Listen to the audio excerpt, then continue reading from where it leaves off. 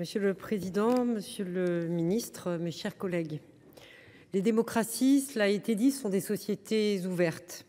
Chacun y jouit de la liberté d'expression, peut émettre des idées nouvelles, critiquer l'action du gouvernement, l'action du Parlement. Cette ouverture et cette liberté sont de grandes forces pour nos sociétés. Avec un débat d'idées plus nourri, plus respectueux du pluralisme, nous avons la possibilité d'améliorer nos politiques publiques. Cependant, cela constitue aussi notre talon d'Achille, et ce dès le temps de paix. Nos adversaires peuvent effectivement tenter d'instrumentaliser cette ouverture pour peser, influencer, voire s'ingérer dans la vie démocratique de nos pays. Lors du vote sur le Brexit ou de l'élection présidentielle américaine en 2016, de telles manipulations ont été détectées. En 2017, cela a été rappelé, notre pays a lui-même été l'objet d'attaques informationnelles. Les affaires de corruption et d'espionnage, cela a été dit, auxquelles le Parlement européen a été confronté, soulignent la réalité de la menace. Elles nous appellent à la plus grande vigilance à l'approche du scrutin européen, particulièrement dans le cyberespace. Les ingérences ne se limitent pas, hélas, aux seules élections.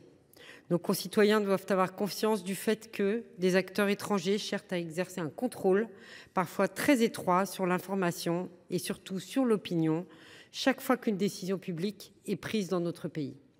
La création de Viginum en 2021, sous l'égide du SGDSN, a permis de détecter, caractériser, imputer, attribuer et répondre à de nombreuses manipulations de l'information, aux ingérences numériques étrangères, que ce soit lors de la pandémie ou depuis le début de la guerre en Ukraine. L'UE et l'OTAN développent aussi des doctrines et des outils pour lutter contre cette menace. Afin de mieux protéger nos sociétés et au-delà de notre modèle démocratique, nous devons cependant assurer une meilleure transparence sur les actions d'influence des puissances étrangères. Je voudrais dire un mot de la situation géorgienne. La similarité du titre des lois n'efface pas les différences majeures qui séparent leurs dispositions. Pour le régime de Tbilissi, le fait d'être financé à 20% de fonds étrangers entraîne la qualification d'organisation poursuivant les intérêts d'une puissance étrangère. La proposition de loi que nous examinons ce soir ne poursuit pas la même logique. Elle vise à surveiller les actions de lobbying déployées par les puissances étrangères. Elle n'accuse pas l'ensemble des organisations recevant des fonds étrangers de poursuivre des intérêts étrangers. Le texte concerne seulement celles qui ont pour objet d'influer sur les décisions publiques en les soumettant à des obligations déclaratives renforcées. Ces déclarations, cela a été rappelé, permettront de mettre au jour les manœuvres contre nos institutions.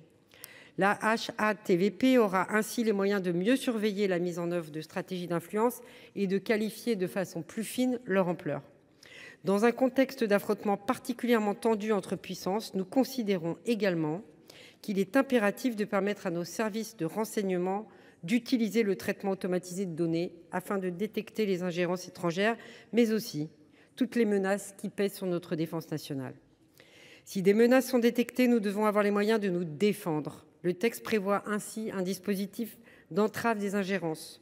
Le gouvernement pourra ainsi décider le gel des fonds utilisés pour ces manœuvres. En commission des lois, ce volet préventif a été complété par un volet répressif. Commettre une infraction pour le compte d'une entité étrangère sera désormais constitutif d'une circonstance aggravante des atteintes aux biens et aux personnes. Les techniques spéciales d'enquête pourront être employées le cas échéant. Nous ne pouvons plus ignorer la réalité de cette menace. Nous avons le devoir d'en protéger nos concitoyens. Les travaux de la délégation parlementaire au renseignement ont fortement inspiré ce texte. Les deux rapporteurs, dont je salue l'excellent travail, ont encore amélioré la proposition de loi. Il faudra sans doute encore le renforcer. Il faudra aussi le renforcer dans le domaine économique, qui méritera aussi toute notre attention. Et sans doute aussi légiférer très prochainement sur ce sujet. Plus de transparence, plus de renseignements, c'est autant de moyens supplémentaires pour permettre à notre pays de mieux se défendre des atteintes qui sont portées à notre souveraineté.